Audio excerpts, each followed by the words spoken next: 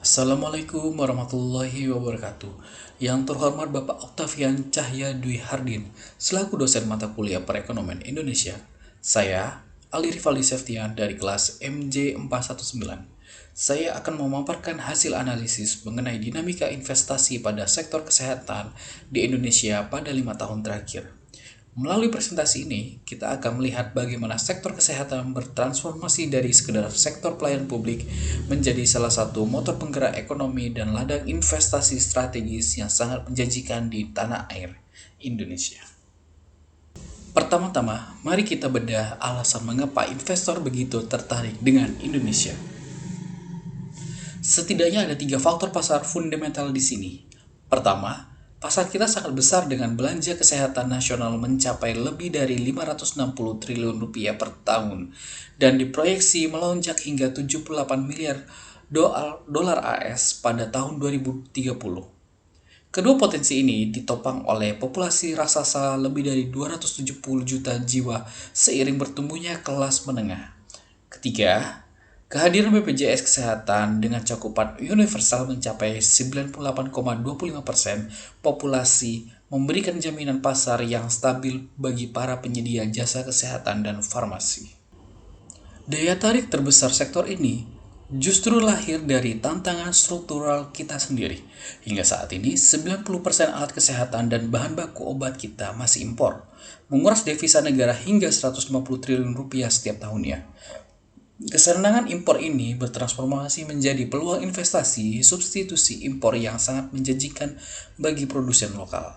Hal ini terbukti dari lonjakan drastis produsen alat kesehatan domestik sebesar 360% atau 891 perusahaan.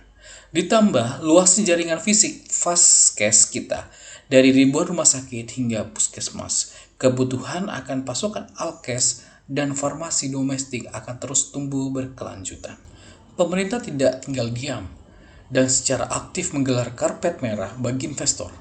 Langkah paling revolusioner adalah disahkannya Undang-Undang Kesehatan Nomor 17 Tahun 2023 yang menyederhanakan ratusan aturan tumpang tindih ke dalam satu payung hukum Omnibus Law.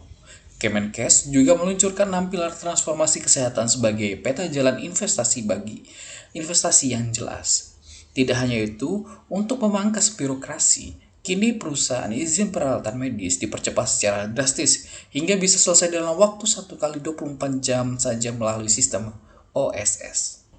Selain kemudahan perizinan, pemerintah menawarkan stimulus fiskal yang sangat kompetitif di ASEAN. Ada insentif pengurangan pajak gila-gilaan seperti Super Tax Deduction untuk penelitian dan pengembangan sebesar 300%. Salah satu bukti nyata komitmen ini adalah pembangunan kawasan ekonomi khusus kesehatan Sanur di Bali seluas 41 hektar. Kawasan ekonomi khusus kesehatan ini diproyeksikan menjadi hub wisata medis dan riset skala internasional agar masyarakat Indonesia tidak perlu lagi keluar negeri untuk berobat. Sinyal positif dari pemerintah ini juga diperkuat dengan kenaikan anggaran kesehatan di APBN menjadi lebih dari 186 triliun rupiah. Mari kita lihat bagaimana tren investasi bergerak dari tahun ke tahun. Di fase pasca pandemi tahun 2021 hingga 2022, industri kimia dan farmasi kita berakselerasi dengan tumbuh hampir 10% karena desakan kebutuhan medis. Masuk ke periode 2022 hingga 2023, pasar modal kita bergairah pesat. Contoh realnya adalah performa emiten rumah sakit seperti Siloam dan Hermina yang mencatat pertumbuhan pendapatan double digit dan kenaikan laba bersih yang signifikan. Hingga puncaknya pada tahun 2024 sampai 2025, efisiensi digital mulai terasa di mana transaksi alkes lewat e-katalog melonjak hampir 4 kali lipat. Dan kemandirian bahan baku obat dalam negeri melompat tajam. Siapa saja yang sudah masuk ke pasar Indonesia? Di sektor farmasi raksasa dunia seperti Abbott melalui Daria Varia, Arganon, Bayer hingga AstraZeneca telah memperkokoh fondasi manufakturnya di Indonesia.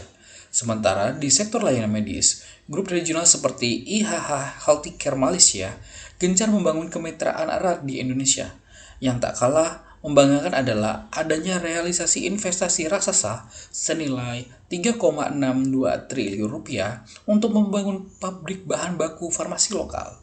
Ini adalah kolaborasi strategis antara investor global dan BUMN farmasi kita, seperti Kimia Farma dan Bio Farma, untuk memperkuat ketahanan nasional. Untuk memberikan visualisasi data yang lebih komprehensif, mari kita cermati tabel indikator utama berikut. Di sini terlihat jelas lompatan kuantitatif yang luar biasa.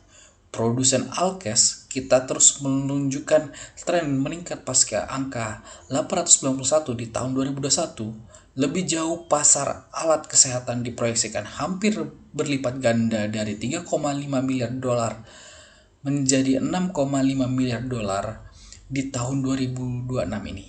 Hal ini sejalan dengan peningkatan belanja kesehatan nasional yang diproyeksikan akan menembus angka fantastis sebesar 78 miliar dolar AS pada akhir dekade ini. Aliran investasi yang deras ini memberikan efek berganda atau multiplier efek yang sangat masif bagi Indonesia. Pertama, secara sektoral, transfer teknologi melatih tenaga kerja kita untuk terbiasa dengan standar manufaktur global. Kedua, dari kacamata ekonomi makro, produksi lokal ini menekan harga obat dan alkes menjadi jauh lebih terjangkau oleh masyarakat umum. Dan yang terpenting, keberhasilan memproduksi 8 dari 10 bahan baku obat di dalam negeri secara otomatis menyelamatkan cadangan devisa kita dari kebocoran luar negeri sebesar 150 triliun rupiah per tahun. Sebagai penutup, tentu jalan investasi tidak selamanya mulus. Para investor masih harus menghadapi tantangan nyata di lapangan. Di antaranya adalah kompleksitas pemenuhan aturan tingkat kandungan dalam negeri atau yang sering kita sebut TKDN, kewajiban sertifikasi halal pada tahun 2006 ini yang menyangkut seluruh rantai distribusi, serta ketimpangan fasilitas medis yang masih tersentralisasi di Jawa. Namun secara garis besar, sektor kesehatan Indonesia menawarkan prospek pertumbuhan jangka panjang yang luar biasa kokoh. Kunci suksesnya terletak pada kemitraan lokal yang kuat, fleksibilitas dalam adaptasi regulasi, dan keberanian melakukan penetrasi digital ke luar Pulau Jawa. Sekian presentasi dari saya. Apabila ada salah kata dan ucapan, mohon maaf. Assalamualaikum warahmatullahi wabarakatuh. Terima kasih.